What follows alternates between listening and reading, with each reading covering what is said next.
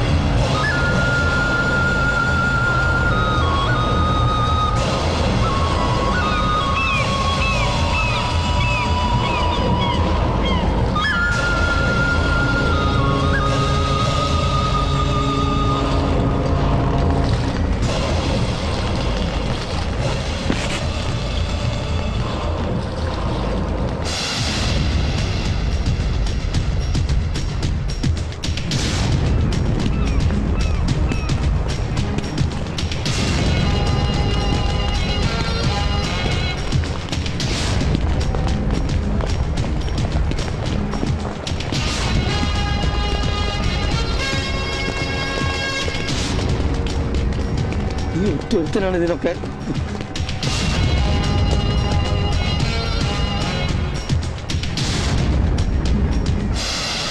आ गया साला मेजर साहब। मैं जानता था कि तू जरूर इधर आएगा। बड़ा हिम्मत वाला है ना तू। बोलिए मेजर साहब, എന്ത് തീരുമാനിച്ചു? भाई साहब आप मेरा बात सुनो. अबे हट जा कुत्ते। छोड़ो, इसको सिखाने के लिए सिर्फ मैं अकेला काफी हूं। साले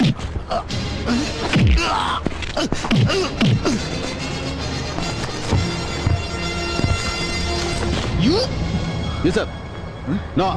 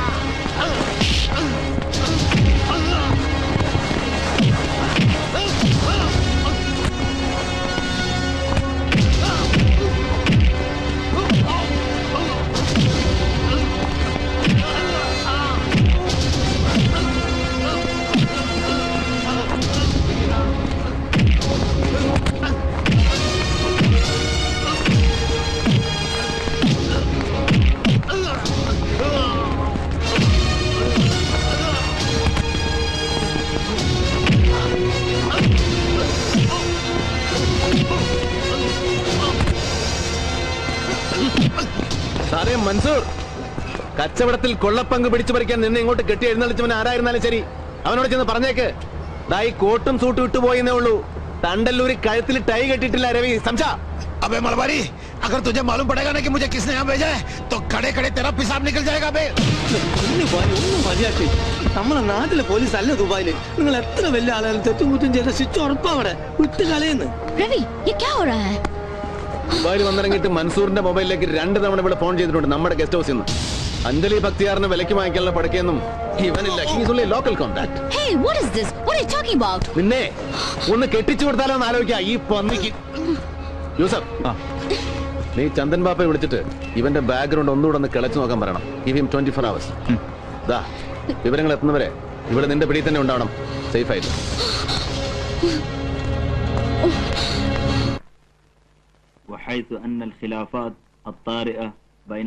ഇരു കക്ഷികളും തമ്മിലുള്ള തർക്കങ്ങൾ കോടതിക്ക് പുറത്തുവെച്ച് ചർച്ച ചെയ്ത് രമ്യതയിലെത്തിയിരിക്കുന്നതായി ബന്ധപ്പെട്ട അഭിഭാഷകർ കോടതിയെ രേഖാമൂലം ബോധ്യപ്പെടുത്തിയിരിക്കുന്നതിനാൽ ഈ വ്യവഹാരം സംബന്ധിച്ചുള്ള എല്ലാ നടപടികളും ഇതിനാൽ അവസാനിച്ചിരിക്കുന്നതായി ഈ കോടതി തീർപ്പ് കൽപ്പിച്ചുകൊള്ളുന്നു.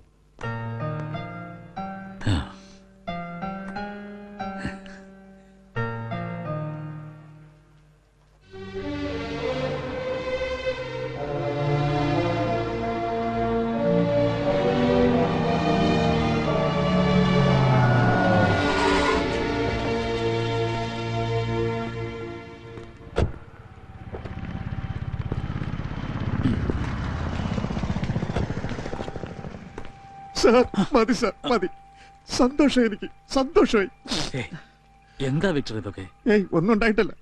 പക്ഷെ ഒന്നും ഇല്ലേലും സാറിനെ കള്ളനാക്കാനും ചതിയനാക്കാനും നടന്ന ആ കൊള്ള പലിശ മാർവാടിയെ ഒരു പാഠം പഠിപ്പിച്ചല്ലോ ദൈവം. അത് മതി, അത് മതി വിക്ടറിന്. Thanks to പട്ടാജി. അപ്പൊ എങ്ങനെ സാർ, സാറിന് ഞാൻ ഡ്രോപ്പ് ചെയ്യണോ അതോ? അല്ല അല്ല വിക്ടർ, പണമായിട്ട് താനോട് വെയിറ്റ് ചെയ്തെന്നാണല്ലോ പറഞ്ഞത്. അതെ സാർ, അങ്ങനെ പറഞ്ഞത്. പക്ഷേ ഒരു ചെറിയ പ്രോബ്ലം സാർ. എന്താ വിക്ടർ, എന്താ പറ്റിയത്? ഒന്നുമില്ല സാർ, ജസ്റ്റ് ഒരു ഡിലേ. കേട്ടോ സാർ, ഞാൻ ബട്ടാജിയുടെ അവിടെ നിന്ന് ക്യാഷുമായിട്ട് ഇങ്ങോട്ട് ഇറങ്ങാൻ തുടങ്ങുമ്പോഴാണ് സാർ പെട്ടെന്ന്, വളരെ പെട്ടെന്ന് ഒരു ഡെവലപ്മെന്റ്.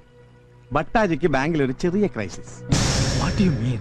കൃത്യം 12:30 മണിക്ക് ബാങ്കിലെ മാനേജർ ബട്ടാജി വിളിച്ചു പറയുന്നു, ഇൻസ്റ്റന്റ് ആയിട്ട് ബട്ടാജിയുടെ അക്കൗണ്ടിൽ ഒരു 2 മില്യൺ ദിർഹംസ് അടക്കണം, അല്ലെങ്കിൽ ബട്ടാജിയുടെ മാനം പോകുന്നു. സംഭവം വേറൊരു ഡീലാണേ. At the moment no liquid cash. ബട്ടാജിയുടെ കയ്യിൽ ആ നേരത്തിന് ഒറ്റ നയാ പൈസ ഇല്ല. എല്ലാം രാവിലെ ഇവർക്ക് ബാങ്കിൽ തന്നെ കൊടുത്താണ്. ഇടോ വിക്ടർ, എന്താ സംഭവിച്ചെന്നൊന്ന് തെളിച്ചു പറയണോ താൻ പ്ലീസ്. നോക്കിക്കൊണ്ട് സാർ, ദൈവാധീനം. നമ്മുടെ ദൈവാധീനത്തിന് നമ്മുടെ ഫുൾ എമൗണ്ട് ബട്ടാജി എടുത്തിന്റെ കയ്യിലോട്ട് വെക്കുമ്പോഴാണ് ബാങ്കിന്റെ ഫോൺ കോൾ.